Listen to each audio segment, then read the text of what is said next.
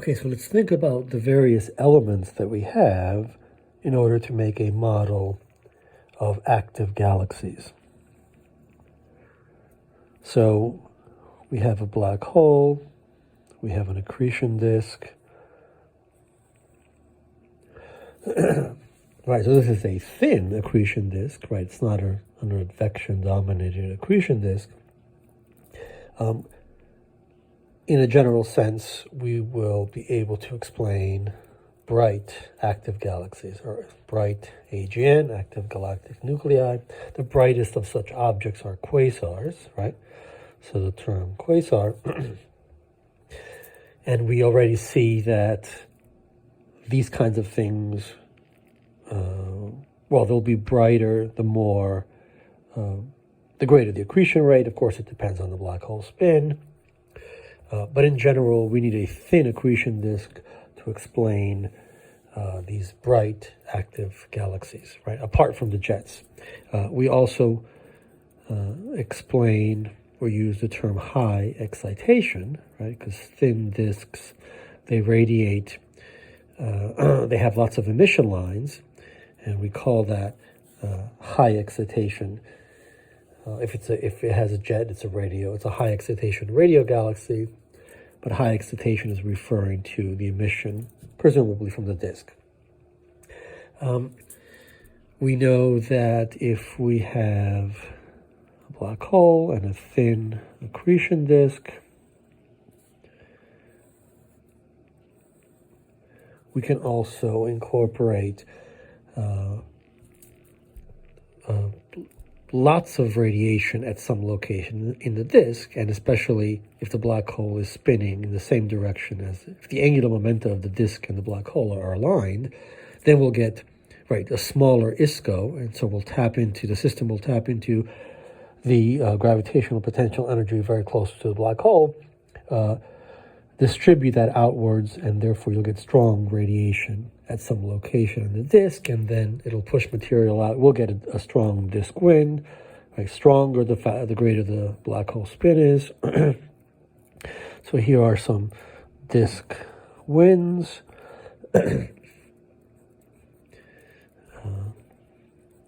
Disk winds in such systems. So we'll be able to explain disk winds. Of course, we can already start to see which kinds of environments will have these kinds of black holes, right? They have to be high excitation systems. So disk winds, presumably that will have something to do with mergers, where we can look at what they will look like in spirals where secular processes operate. We can, of course, start talking about jets. We have to talk about jets, right? So if we're still dealing with thin disks, we've already seen that the jets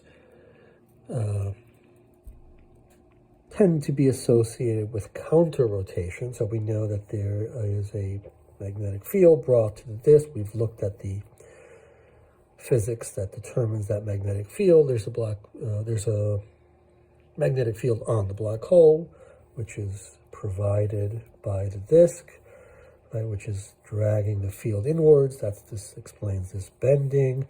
That bending is less further out. I forgot to mention here that disk winds, we're talking about velocities we observe that are, up to about the speed of light. And so we'll be able to explain larger values of the velocity of this material in a way that depends on the mass of the black hole and its spin.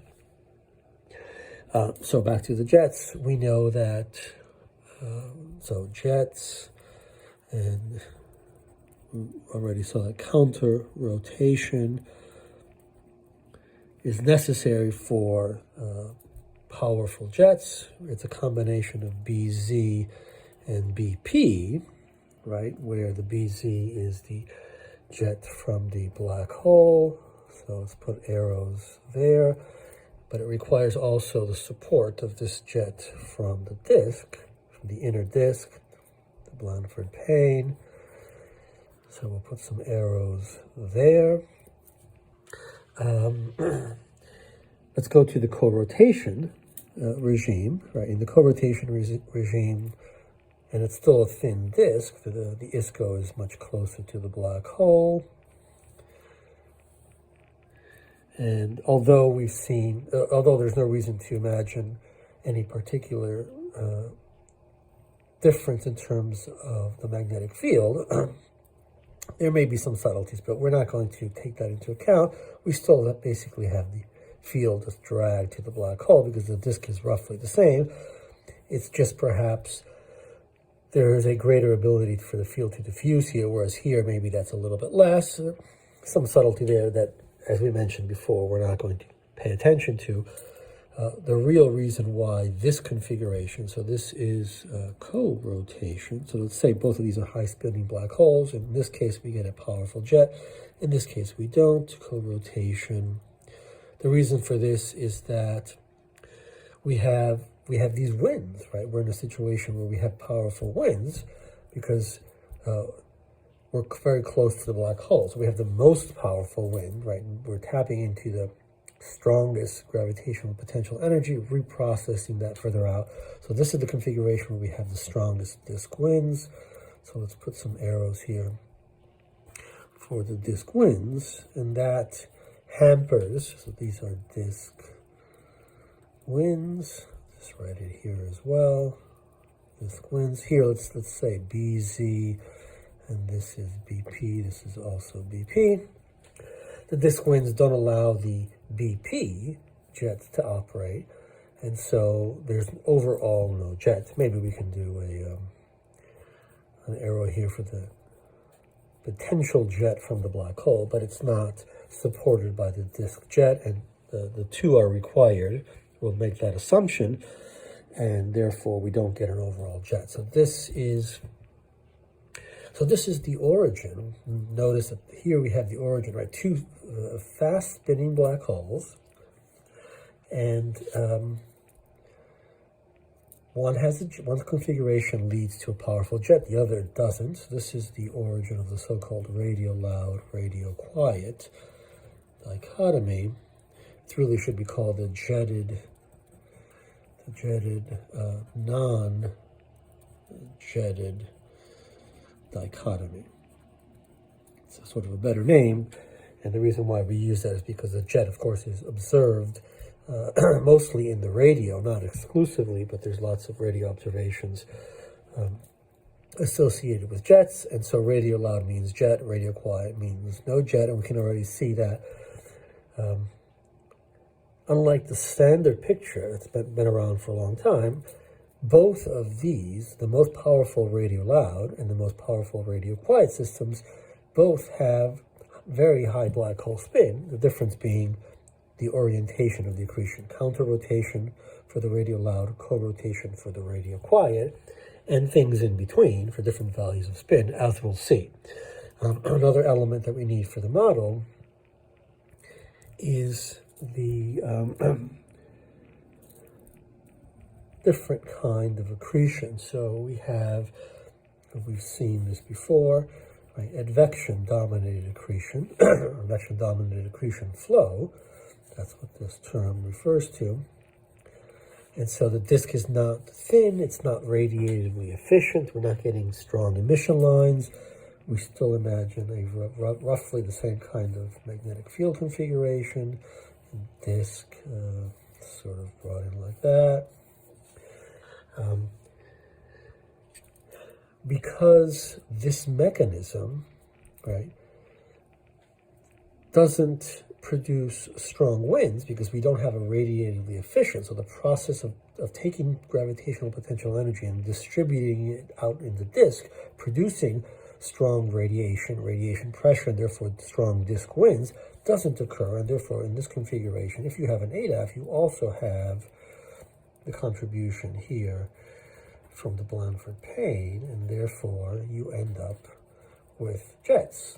So this configuration leads to jets, and it kind of breaks this difference, and we can ask the question, and we'll see how does an ADAF form, Okay, so so if you have a co-rotating configuration, but you replace this disk with an ADAF, you then have jets. So it's possible to have jets in co-rotation, but you have to have ADAFs. And so we'll see why this then explains to us the differences between jets in spiral galaxies or in spiral environments, disk-like galaxies versus elliptical galaxies, spirals versus ellipticals, and excitation level is very important. So these are also, let's write it here, low excitation.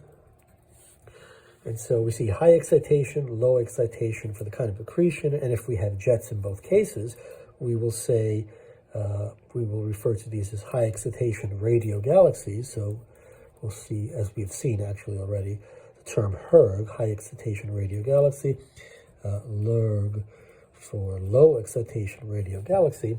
And we can naturally and simply produce a model, given the timescales that we've seen before. The accretion rate will determine the time that it takes from one of these systems to evolve into systems that look like some of these cartoons. And we'll have a model, well-constrained model, given those timescales.